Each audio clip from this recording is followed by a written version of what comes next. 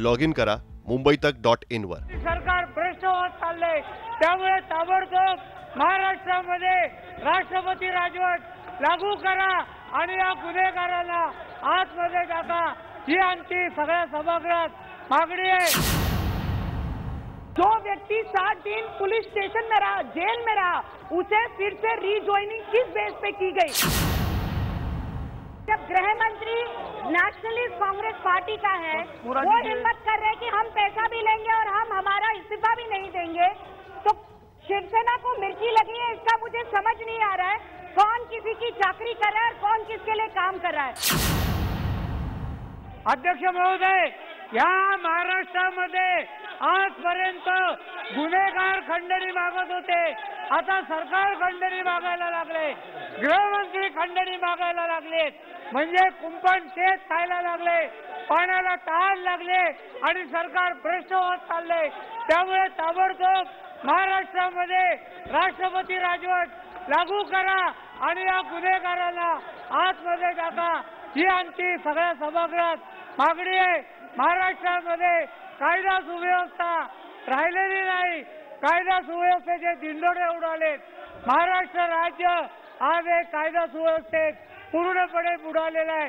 Police खंडणी मागायला लागलेले आहेत, त्या पोलिसांना मंत्र्यांचा आशीर्वाद आहे, मुख्यमंत्र्यांचा आशीर्वाद आहे. श्री रमनेश सिंह जी बोलिए प्लीज. चेयरमैन साहब, ये बहुत ही गंभीर मुद्दा है. इस पे अकेली महाराष्ट्र की बात नहीं है, सारे देश की बात है और बहुत ही ये चिंता की बात है. लेकिन ये होता कहाँ है? क्यों जहां पे ऑपोजिशन गवर्नमेंट्स हैं वहां पे ये फेडरलिज्म क्यों तोड़ा जाता है? वहां पे क्यों देश में की एजेंसियां आके दखल देती हैं?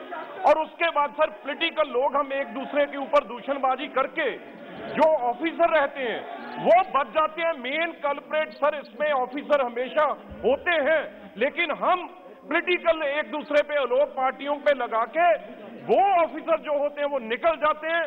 हम अपने आप को जरूर बुरा भला यहाँ कह के, चाहे असेंबली हो, चाहे पेपर्स हो, चाहे पार्लियामेंट हो, लेकिन सर अफसर नहीं निकलने चाहिए. यही ऑफिसर था जो उनको बहुत अच्छा लगता था, यही ऑफिसर है जो आज जिन्होंने ये काम किया. ये दोनों तरफ ऑफिसर रहते हैं, लेकिन वहां की सरकार के ऊपर सर अगर यहां से आप ऑफिसर भेजेंगे तो बर्दाश्त नहीं किया जाएगा. महाराष्ट्र में ऐसा एक स्टेट है, ऐसी शानदार स्टेट है जो आप वो भी मध्य प्रदेश की तरह तोड़ना चाहते हैं. वहां पे सरकार आप ये बर्दाश्त नहीं किया जाएगा.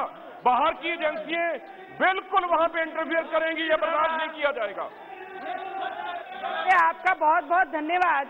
जिस हिसाब से मेरे कॉलीग ये हाउस में ये बता रहे हैं महाराष्ट्र में किस तरीके से खंडनी वसूली का काम किया जा रहा है, मैं आपको बताना चाहूंगी. जो व्यक्ति 16 साल सस्पेंड रहा, जो व्यक्ति 60 दिन पुलिस स्टेशन में रहा, जेल में रहा, उसे फिर से रीजॉइनिंग किस बेस पे की गई?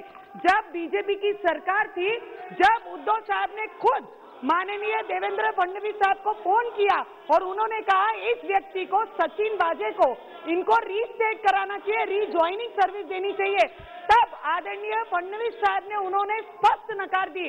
उनकी पूरी हिस्ट्री देखते बराबर उन्होंने नकार देते हुए उन्हें ज्वाइनिंग नहीं कराई.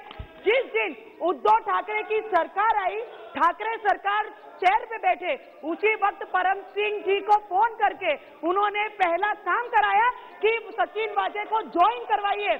मुझे बताइए, आप सचिन वाजे के कारण परमवीर सिंह को सस्पेंड कराते हैं, उनकी बदली करवाते हैं. मुझे आपसे एक विनंती करना है कि गृह मंत्री का नाम आ रहा है. अध्यक्ष महोदय, बहुत इंपॉर्टेंट सब्जेक्ट है.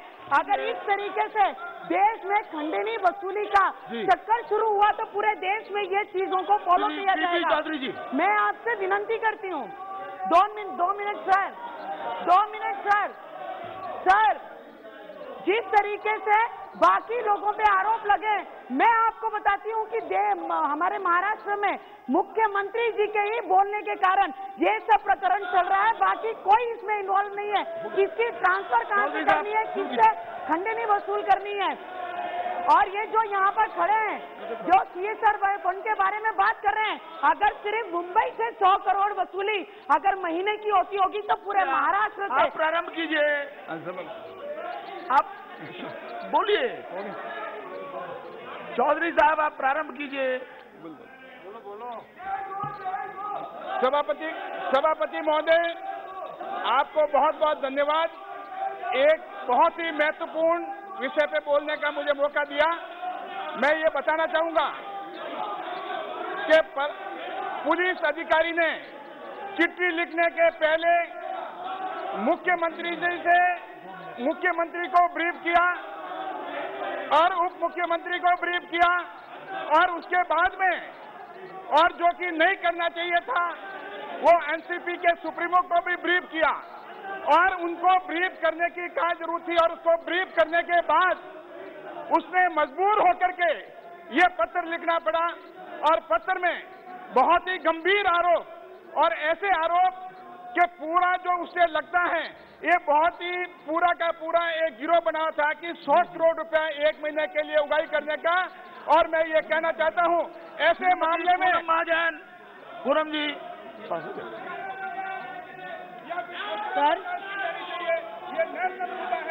सर ये 3 पहियों की सरकार है, एक पहिया दूसरे के साथ चल नहीं रहा है।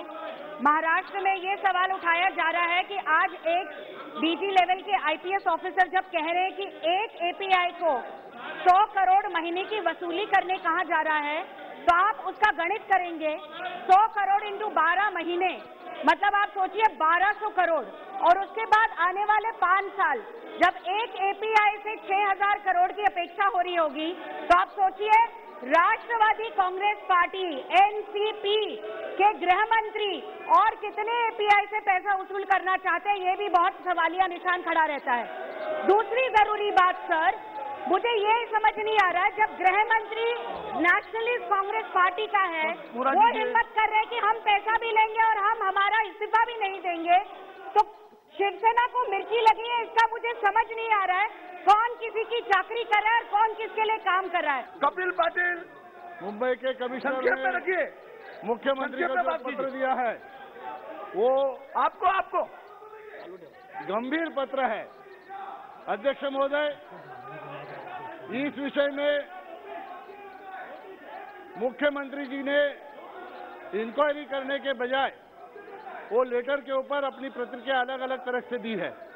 ये पहला लेटर नहीं है, इसके पहले महाराष्ट्र के डीजी ने भी एक लेटर दिया था, सुबोध कुमार जी ने। वो वहां से जो महाराष्ट्र सरकार में चला है ये सब घोटाला, उसको कंटाल के वो प्रतिनियुक्ति पे केंद्र सरकार में आ गए। जो नेक्स्ट आपको है 100 करोड़ रुपया एक पीआई को बोला जाता है, एपीआई को बोला जाता है वसूल करने के लिए, ये अति गंभीर बात है। मैं आपके माध्यम से सदन को ये बताना चाहता हूं कि कल इस मामले में ये वरिष्ठ नेताजी ने कहा था कि मामला अति गंभीर है, लेकिन शाम तक क्या परिवर्तन हो गया पता नहीं। बाद में कहा गया कि अभी रिजाइन देने की जरूरत नहीं है। इसका मतलब ऐसा है कि शायद गृह मंत्री जी ने बोला होगा कि अगर मेरा रिजाइन लिया तो मैं सारे नाम ले लूंगा, सबकी पोल खोल दूंगा। ऐसा अगर हुआ है तो इसकी जानकारी न्यायिक सभापति महोदय धन्यवाद। जी सभापति महोदय धन्यवाद। आपके सभापति महोदय नेता बोल रहे हैं, प्लीज बैठ जाइए। विनायक राव जी प्लीज। सभापति महोदय धन्यवाद। पिछले 14 महीने में कई प्रयास करने के बाद भी महाराष्ट्र के महाविकास आघाड़ी का जो सरकार है, जहां का नेतृत्व माननीय उद्धव जी ठाकरे मुख्यमंत्री के नाते से कर रहे, इस सरकार को दूर करके अपना भाजपा का सरकारवाद स्थापित करने के जो प्रयास चल रहे थे वो पूरी तरीके से असफल हुए। इसके लिए कई राजकीय कपट नीति चलाने का काम दुर्भाग्य से केंद्र सरकार के माध्यम से हो रहा है। सभापति महोदय हो रहा है। और जिस परमवीर सिंह का लेटर का उल्लेख लेकर आज यहाँ 0 आवर में बात करने का आपने मौका दिया, सभापति महोदय ये परमवीर सिंह है कौन? परमवीर सिंह नाम मत बोलिए, नाम रिकॉर्ड में नहीं जाएगा। सभापति महोदय मैं भी उसके कारनामे आपको पढ़ के दिखाता हूँ। मुंबई के उस वक्त के रुबेरो कमिश्नर उन्होंने बताया ये परमवीर सिंह ये राजकीय अड्डा चलाने वाला एक आदमी है और इस परमवीर सिंह के बारे में एक दाऊदेवी पुलिस स्टेशन के एसीपी डांगे अनूप डांगे इन्होंने 2 फरवरी 2021 को वहां के होम सेक्रेटरी को लेटर लिखा है और उन्होंने कहा है परमवीर सिंह ये उस वक्त के भरत शाह जो और उनके जो नवनीत है ये पब चलाने वाले लोग और जो परदेशी स्कैम में जो अटके हुए लोग इनका ये दलाल है। मामले ऐसे सामने आ रहे हैं कि डीजी कक्षा का अधिकारी एक चिट्ठी लिखता है मुख्यमंत्री को और ये चिट्ठी में ये बताता है एक जो महाराष्ट्र के गृह मंत्री है उसने एक एपीआई कक्षा के अधिकारी को बुलाकर 100 करोड़ रुपए की उगाही करने के लिए कहा है और ये 100 करोड़ रुपए की उगाही अगर नहीं मिली तो उसके हिसाब से जो घटनाएं बनी है और यही अधिकारी है जो एनआईए की गिरफ्त में आज है। एंटीलिया जैसे मकान के नीचे जिलेटिन स्टिक रखी हुई गाड़ी के अंदर वो गिरफ्तार होता है और इस अधिकारी को गृह मंत्री ये कहता है कि तुम 100 करोड़ की उगाही 1742 बार है इसमें से जाके 100 करोड़ की उगाही लाके दो। ऐसी घटना के अंदर और कल तक जो बात चली थी गृह मंत्री ने इस्तीफा देना चाहिए। आज तक ये चिट्ठी आने के बाद मुख्यमंत्री जी ने कुछ भी नहीं कहा इसके ऊपर एक शब्द मुख्यमंत्री जी नहीं बोल रहे। ये महाराष्ट्र की सरकार जिस तरह से चल रही है वहां के लोगों में महाराष्ट्र के लोगों में ये धारणा है कि ये लूटपाट करने के लिए लूटने और व्यापारियों को डराने के लिए सरकार का उपयोग हो रहा है। सरकार अपने अधिकारियों को अपने प्यादों को इस तरह से इस्तेमाल कर रही है कि 100 करोड़ की उगाही केवल मुंबई जैसे शहर में और शहरों का क्या हाल होगा। लॉग इन करा मुंबईतक.in वर।